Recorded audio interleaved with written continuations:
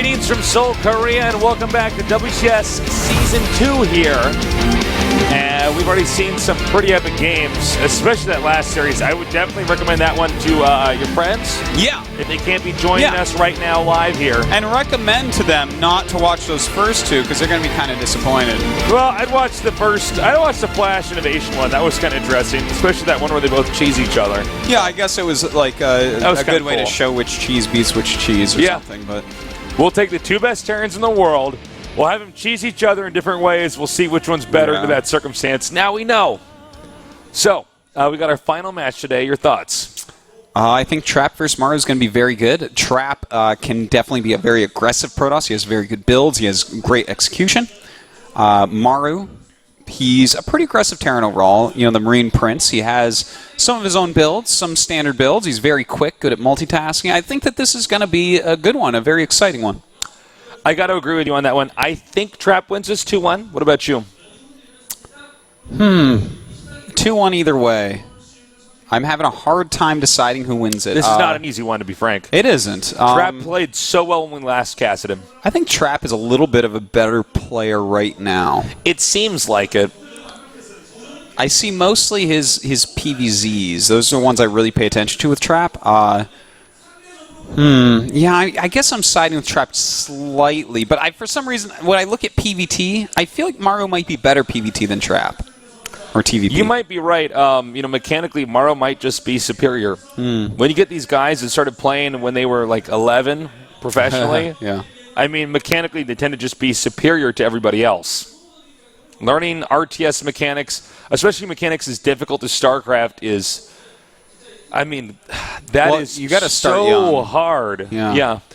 And that's why I suck at macro tasteless, because StarCraft came out when I was like already 16 or something. We were the ones that had to figure out the most basic builds, like you have to wall in with Terran. Yeah. That was what it was like for us playing StarCraft 1.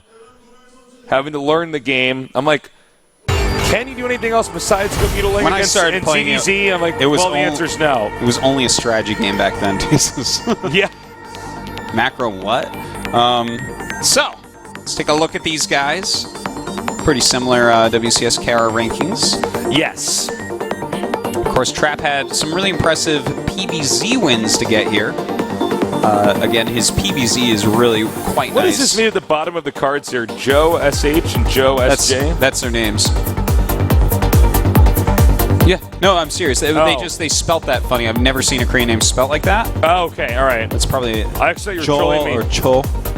Oh, like Joe. Okay, all right. Yeah. I thought it was like Joe. I'm like, no. Do they both have the English names Joe? Like, no, definitely not.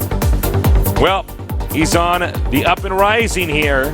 Offense, defense, macro, micro, strategy, and cheese have all risen here since he's gone from the round of 32 to the round of 16. His popularity, though, has stayed exactly the same. The Korean journalists are completely sure that he has exactly 68 popularity in Korea. Well, he's so young. I think, I'm not even trying to be hard on Maru, but I think one of the only reasons why Maru has any popularity at all is because he's so young. Could be. He's good, but I mean, he's not a powerhouse. Yeah. Like some of these other guys. Over here, same popularity for Trap as well.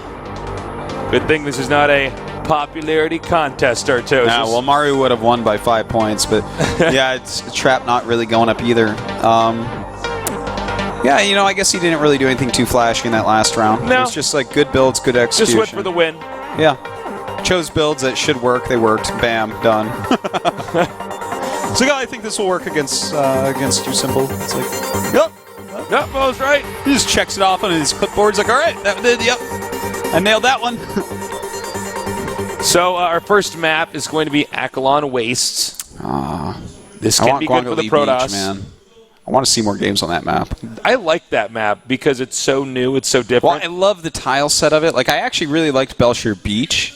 Yeah. Belshire Vestige isn't bad, but I mean, it's okay. Well, actually, as a map, it's way better. He's a nice guy. He's nice. I'll set someone else up to play on that map.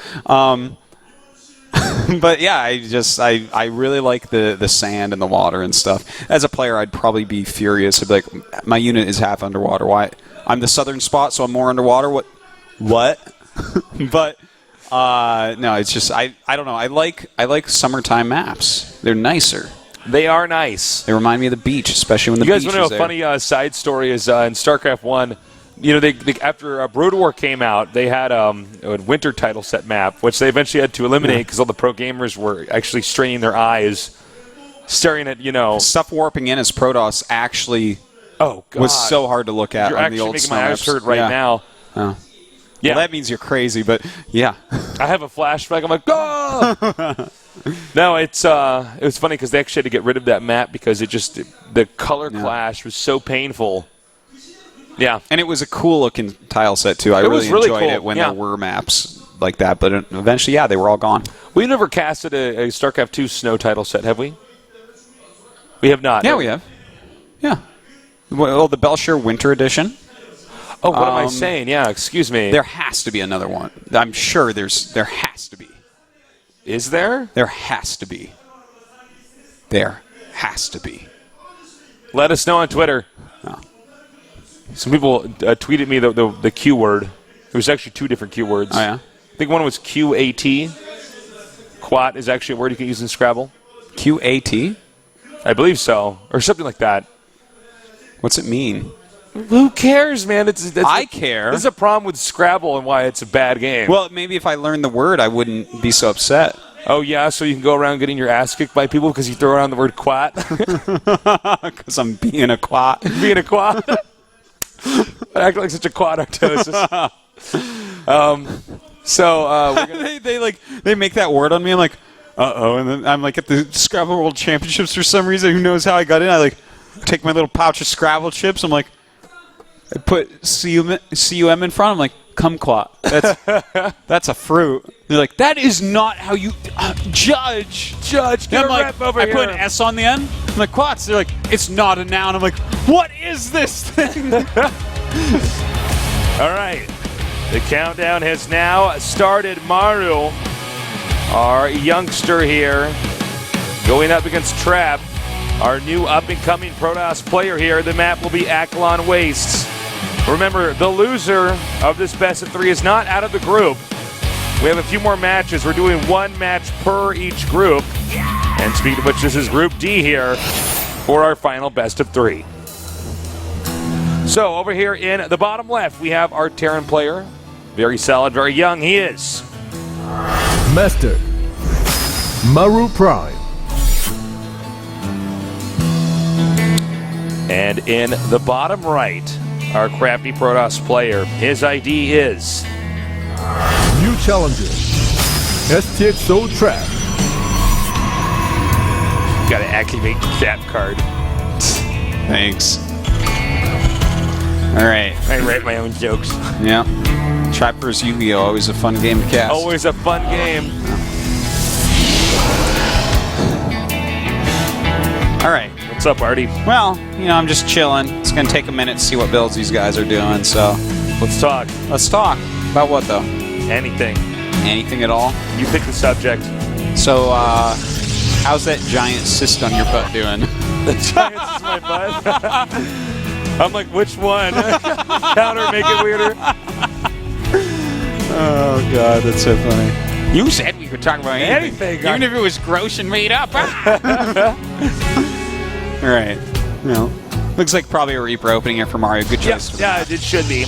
And, for the Protoss, we're going to wait for that cybernetic score to finish. Mm-hmm. And then we're going to know where this game is going.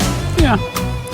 It's probably just going to be a fast expand from Trap. 1 base builds. You can, the only 1 base build that actually is worth anything against Terran right now is a Blink All-In. Hey, what do you call it when Trap fast expands and then walls himself in? Trap? A trapped expand. A trapped expand? It kind of sounds like fast, kind of, with an extra syllable. Whoa. Oh, if you didn't tell me that's what you're going for, I could just nodded and smiled. But here I have to shake my head and kind of grimace. That's okay. Yeah. No, I do it for the kids. Do you? Why are they all crying? The kids hate you. Yeah. Double Zealot opening. Yep. Now, we've actually seen this before and recently as well. Yes. When your opponent actually opens up with a Reaper, and in fact, this looks like it's going to be a double Reaper opening, which is kind of cool. Yeah, double Reaper. But yeah, when they open up with the Reaper, they don't have a lot of units. So to pressure with Mothership Core, Zealot, Stalker, that type of thing, is pretty powerful. And the second Zealot is going to be actually canceled this time. But it's a nice little safety precaution to start it if you have that extra 100 minerals. It's something that we see in like every matchup. You'll start Zealots early on and then cancel them because you don't really need them. I don't know if it was really worth it for Maru to even put that eBay down this time. I would agree. I don't think it was. All right, double Reapers out now. Nice controller by Maru, not losing anything so far. And yeah, he doesn't actually end up losing anything, so that's nice. But a lot of intel was gathered. Like, he's going to know that a factory's on the way because of how much gas was mined. He saw that it was double Reaper as well.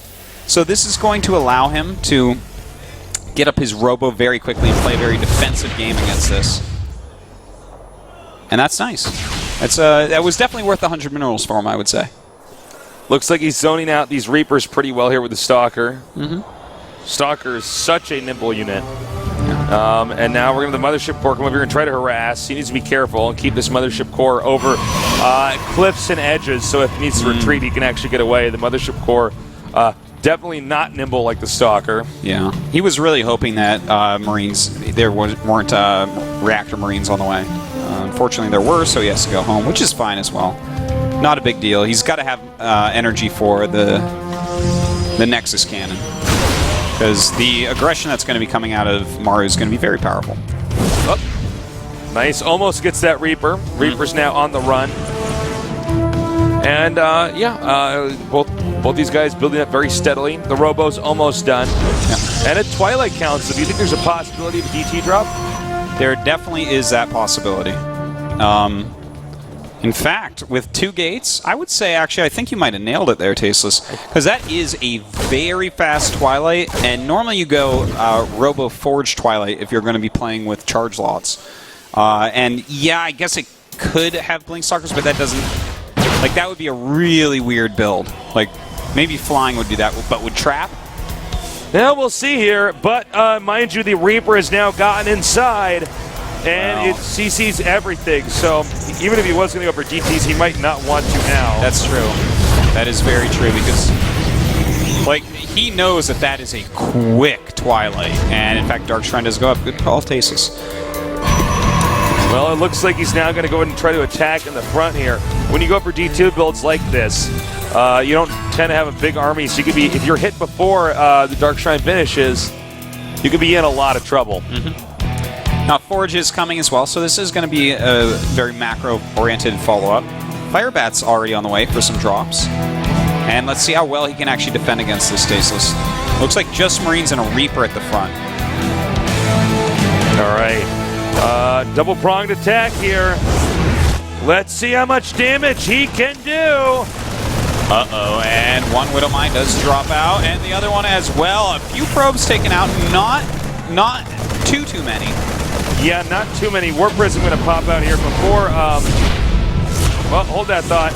Warp Prism's done now, but more Marines coming here doing a lot of damage. Trap could be in some serious trouble here. Already 12 workers have been killed. Yeah, that little Marine poke right there did a lot of damage. It really did. Wow, and you know what, to be honest, the Photon Overcharge on the main was a bit late. Like, that medevac was already out of there. There was no way he was going to kill it, so he used 100 energy to take a little bit of health off of the medevac, but that may have been saying, hey, you are not picking up that second Widowmine. That is mine to kill. So that's the one. That's true. What may be a redeeming factor. Now the Warp Prism's been spotted coming in here. Let's see if the Terran has the defenses necessary. You know, it's only loaded with one. I believe it's a DT in there, but he can warp in plenty more. He certainly Where'd can. it go? Oh, there it is. Okay. All right, so the DT going in, and these actually could do a lot of damage, a couple of them, and he has no missile turrets whatsoever, even though he scouted how quick that Twilight was. Yeah, that's weird, and they're only just now coming down here, which is definitely not enough time. And I don't think that was a meta move thinking that he wouldn't do this, because missile turrets aren't that expensive. No, I mean, and you're going to need them anyways later on. Yeah. And the thing is, if we've learned one thing from Protoss vs. Protoss Stasis is, even if they see the Dark Shrine itself, even if they see the Dark Shrine itself, it's still worth it to make a DT. Oh, yeah. Well, Maru a Maru. little preoccupied here, not actually killing the workers he needs to get. Oh, he's losing so much to these DTs. This is too bad because Maru actually, I think, had a substantial lead. Yeah, I think he was in a good spot after his early harassment. Not a huge lead, but I like the spot he was in. He seems to not be aware that he's right over there, too. Yeah. You know, if Maru just macros... Take out this eBay. That would be Maru doesn't huge. stop him here. If Trap just kind of macros from here... Yeah, he should be fine. Yeah. It's not just about the workers that were killed, guys. It's about how much lost mining time there is. Yeah, and that both are huge. Ooh, that's really cute. The fact of the matter is that he actually stomped all the drops, too. Like, all the new drops didn't do anything to them, the Hellbat ones. They killed very little. And yeah, it's 18 workers killed versus 18 workers killed, but this is much in Trap's favor right now. This is so much in Trap's favor. All right, he's going to try to drop on top of this, which was almost depressing to see. And that's the DT sound effect. When it dies, it sounds like it's got a stomach ache. Yeah. All right, so we do have the Warp Prism on the way, another one, and Charge +2 armor. Of course, the Templar Archives. Getting that third base, all very standard, exactly what you would expect to see. He's going to want to start adding gateways very soon here, because he's only got, it looks like 4 right now. And really, again, that's what he needs to do right now is just macro up and make sure he doesn't die to something that comes. Because if you look at like the upgrades, the unit compositions, the production that Maru has, it's all behind where he should be. It's way behind. All right, so let's see if this medevac drop does any more damage. The pylon did or did not spot that? It did. Did Trap see it, I guess, is the real question. Yeah, that's always the real question. All right, another DT coming up here. Let's see if this drop can do anywhere near as much damage as the first DT assault did. You know, even making him use a mule is not a terrible usage of this. No, not at all. All right, another drop here. He needs to go for the workers, though. Yeah, this is his chance to really start coming back. And, ooh, very nice shots right there. Quite a few killed, actually, but 3 the DT... kills, 4 kills. Yeah, the DT actually doing a lot of damage.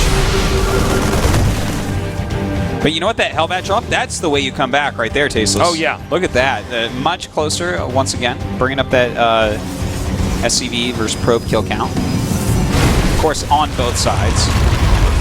All right, Protoss is now walling himself in. You might want to get 1 to 2 cannons over there at his expansion. His third base, I mean. Since Hellbat drops are an inevitability at this point in time. Definitely has to watch out for that. And, you know, I want to see pretty soon here Colossus Tech going up. Not too soon. He doesn't have to do it right away upon taking the third base. But I'd like to see it coming up, because that's the one way to really make sure you can't die.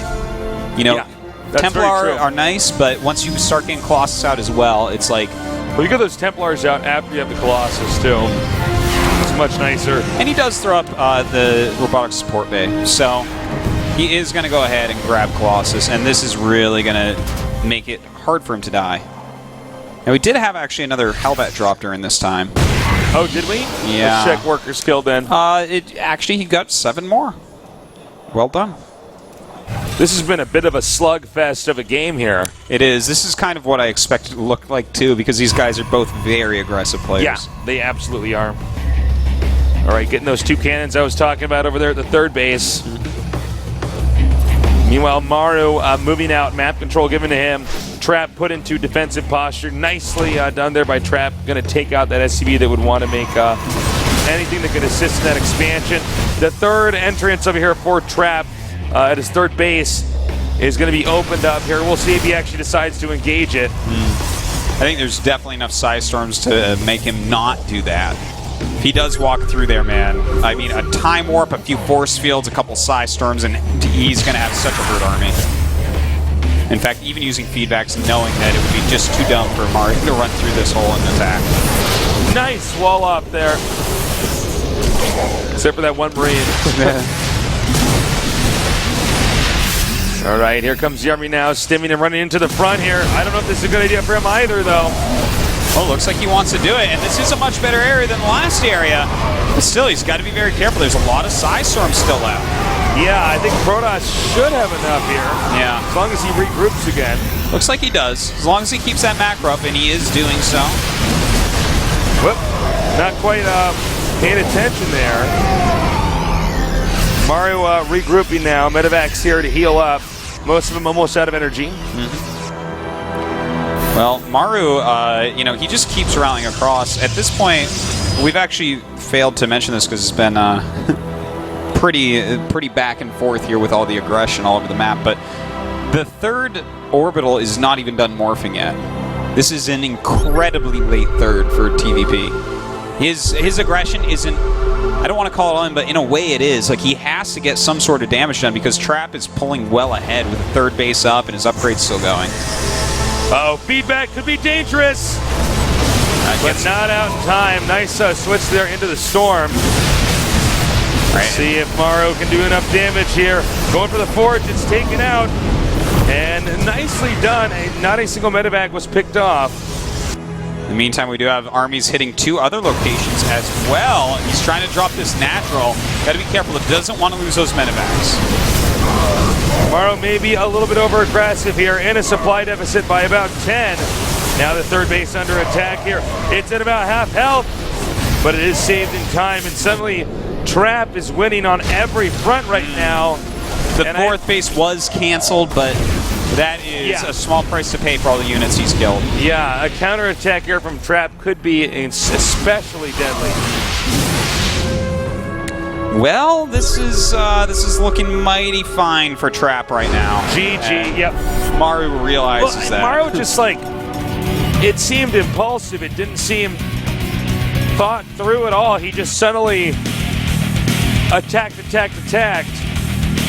3 base on 3 base. Protoss was not overextended. Trap had the cannons there to buffer the drop. He had the Templars there to defend with Storm and feedback. He had the Colossus there at the front to hold the entrance. Yeah. Why would Maru attack in this many locations all at once? He's hoping to simply outmaneuver his opponent. Yes. And at this phase of the world stage, you can't bank on just that.